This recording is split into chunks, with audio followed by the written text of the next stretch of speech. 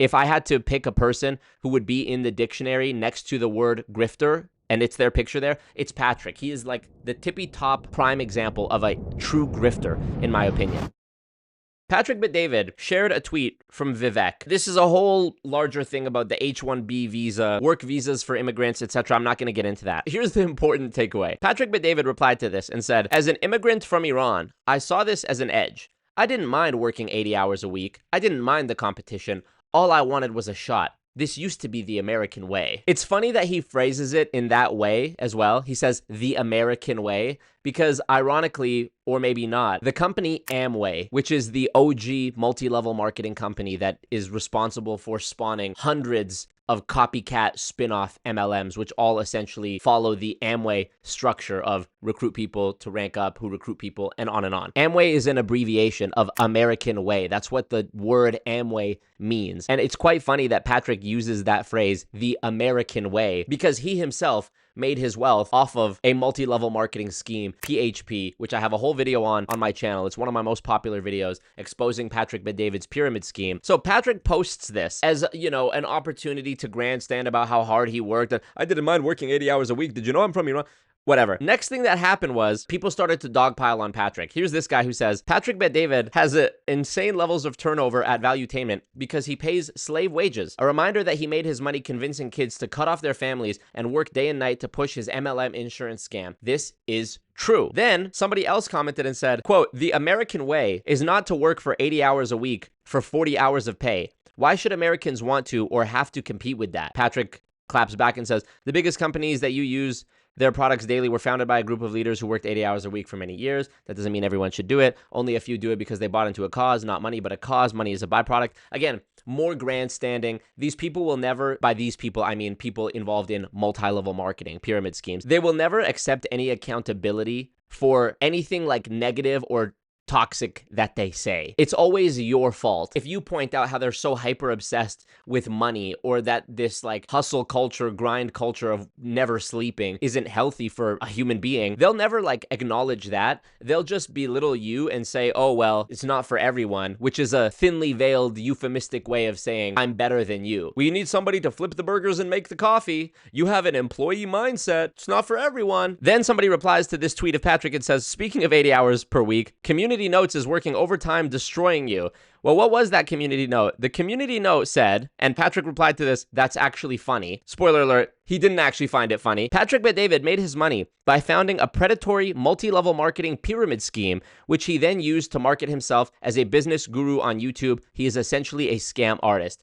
This is the most precise, exact synopsis of what my video was about. So this is the community note that was put on his tweet about how he worked 80 hours a week and he's such a hustler. And then he goes, that's actually funny. He didn't find it funny because then he goes and cries to Elon Musk, Daddy Elon Musk. Hey, Elon, I appreciate the value of community notes in fact-checking misinformation, but this particular note falls short of the platform's stated objectives. Again, when these people get exposed, they start putting on this HR speak. Usually this comes in the form of lawfare, where they use legalese. They'll be in their conventions, oh yeah, I was in this for 6 months and I made $1 million. And they'll say all this stuff so casually to like appeal to the lay person. And then when you're actually putting the pressure on them, what you hear back is, you know, you'll get a letter from a lawyer. There were many factual inaccuracies in your video and this is defamatory.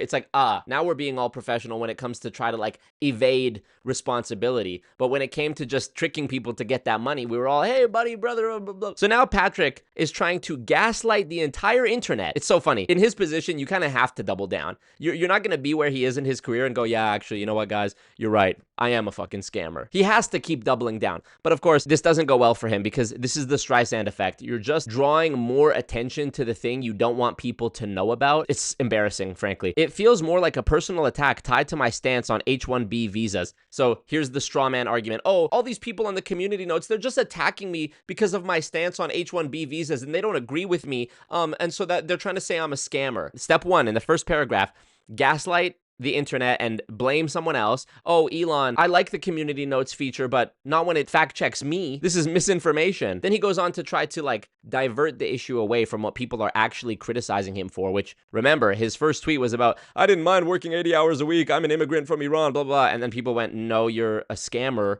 who ran a multi-level marketing scheme where the vast majority of people involved are guaranteed to lose money by virtue of the mathematically impossible endless chain recruiting design of it. That's what it was about. So now he's trying to go, it feels more like a personal attack tied to my stance on H-1B visas, resembling the flaws of Wikipedia. Again, blame someone else. Wikipedia, community notes, Elon, where anyone can spread libel or defame someone's character. Now it's defamation, okay? Doesn't this undermine the integrity? Integrity! I love it when a scammer talks about integrity, you know? Doesn't this undermine the integrity of X's commitment to fair and unbiased information? First of all, Patrick, go fuck yourself. And second of all, go fuck yourself. So yeah, he's flexing outwardly like this doesn't bother him at all. This is just, you know, Twitter has just lost their mind. The internet's broken. The community note system. I'm being attacked. This is the haters. They're just mad at my stance on the H-1B visa. Wikipedia, blah, blah, blah, blah, blah. Cry me a fucking river. That's actually funny. Then goes and cries to Elon. Hey, Elon, please. Bro, Elon doesn't give a fuck about you. Elon doesn't give a fuck about you. So then what happened, presumably at Patrick's request, or because other people at Patrick's request, you know, his little brainwashed minions in PHP and Valuetainment, maybe there was some internal memo, I don't know, rushed to his defense to try to correct the community note. And it was updated. Now it says, Patrick Bet-David ran an insurance company, PHP. Already, we've strayed away from reality because PHP is not an insurance company. It's an MLM that deals with insurance. It's an MLM that uses insurance as its disguise. The system, the real money-making mechanism in any one of these multi-level marketing companies, double speak term for pyramid scheme, is the endless chain recruiting. So we've already lost the plot here. Patrick Bet-David ran an insurance company, PHP, that operated as a multi-level marketing agency. An MLM has a structure that is similar to a pyramid scheme, okay? Though an MLM is technically legal so long as they sell an actual product. You know what, ladies and gentlemen? I'll take it. I'll take it. I accept that description of it. I think this is a satisfactory community note. Patrick wasn't done complaining about this. Here's a clip of him talking on his podcast about how he's a victim of this misinformation. I'm reading a book right now by Robert Half about how recruiting firms were grown in the 80s. He explains how in the 70s, one of the things that happened in the 70s and 80s is the media, every time you would see somebody become a billionaire, everybody would say, he made his billions by hurting someone. So the image was the only way you can get rich is by what? By hurting somebody. By telling you, scam artists, con artists, all this other stuff. Some of the words, I mean, a community notes section came up, Rob, if you can pull this up. I saw one on, they called Vivek, scammer, con artist, they called... There's a bunch, but here's one right here. It's such a lazy, weak argument. Put this one up there right there on the tweet that I put up. Look at the bottom there. Patrick Bet-David made his money by founding a predatory multi-level marketing pyramid scheme, which he then used to market himself as a business guru on YouTube. He is essentially a scam artist. By the way, the community notes allowed that for a couple hours. It's truly stunning. It's truly remarkable that he would lean into this even more to make more content about it. Guys, look how ridiculous this is. And his little shoe shiner, whatever his name is, Adam. It's such a lazy argument. No, it would be a lazy argument if it was just the plebs and the brokies and the wagies being jealous of you having more money. That's not what it's about. I can verifiably explain to the lay person, to anybody, why what he does, why what he made his money off of is an actual scam. I know the answer to every false equivalence and every personal attack that they'll use to try to distract me. I had somebody comment on my video about Patrick the other day. They said something like, Marco operates in the shadows, whatever the fuck that means. He would never go on Patrick's show. This is in response to somebody else saying that I should go and debate Patrick on his podcast. Let me ask you guys something. Do you really think Patrick would invite someone on his platform? He has a bigger platform than me. Let's just call it what it is. That's true. You think he's going to invite me on his platform to talk to him about why he is a scammer for all his millions of audience members to see? Do you...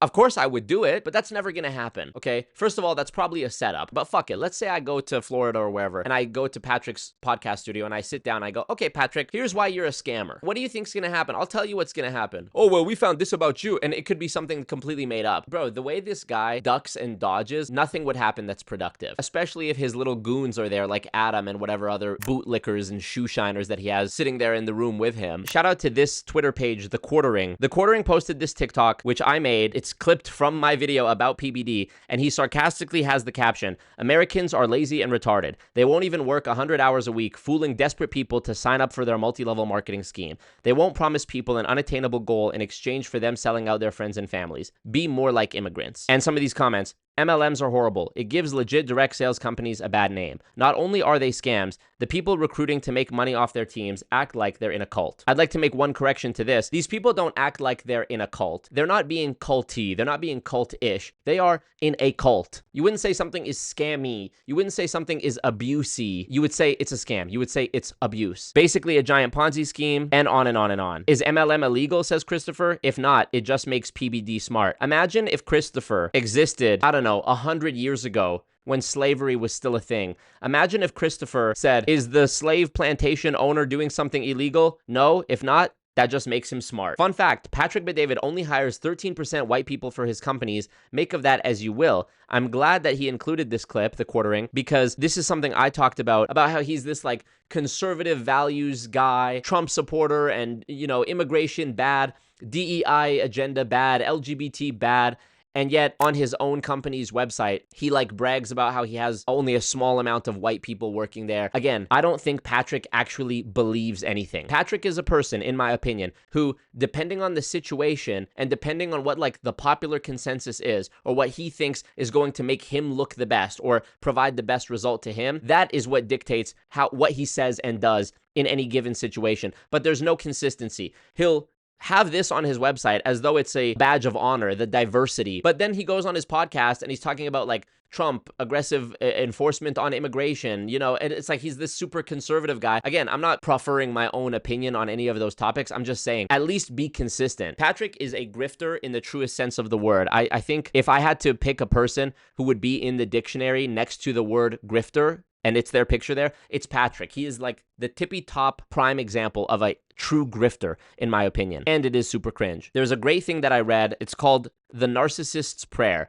This is exactly what we just experienced with Patrick from these tweets and from his denial of his history and the gaslighting of the internet, saying, oh, defamation, defamation, defamation. This is the quote. That didn't happen. And if it did, it wasn't that bad. And if it was, it's not a big deal. And if it is, it wasn't my fault. And if it was, I didn't mean it. And if I did, you deserved it. This is literally the Patrick Bet-David playbook when it comes to, did you run a multi-level marketing scheme? Just go watch the debate that CoffeeZilla did with Patrick. Debate. I venture to even call it a debate because nothing of substance was actually disputed or discussed. He comes out the gate trying to condescend to CoffeeZilla. Do you know the difference between an MLM and an FMO? Like he's trying to make it seem like, oh, I'm not an MLM. I'm actually this other thing. You just don't understand. You're just too uneducated. I know I'm not alone when I say I am tired of rich people who became rich from being a scammer. I'm not mad at you for winning capitalism. I'm not mad at you for making money because you invented a thing that so many people wanted that you inevitably ended up making a lot of money. Go ahead, do your thing. What I am sick of is people who made their money through nefarious methods, who are verifiably scammers, who, for some reason or another, never face any accountability or justice for what they've done, and then rub salt and vinegar in the wound by trying to grandstand and condescend and rub it in your face about how they're such a hustler and you should just pick yourself up by your bootstraps, and if you don't like it, you're a hater, and insert the narcissist's prayer.